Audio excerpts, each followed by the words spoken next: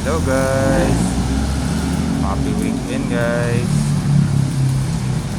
Today is Saturday and umaambon dahil may paparating na typhoon. Pero malayo na sa Northern Luzon. So magdala kayo ng panangga sa ulan guys, like raincoat, payong, sombrero.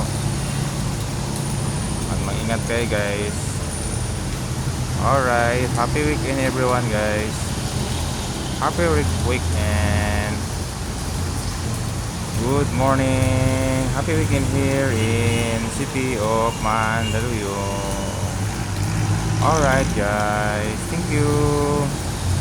Thank you. Happy weekend. Family day. Bye. Bye guys. Bye.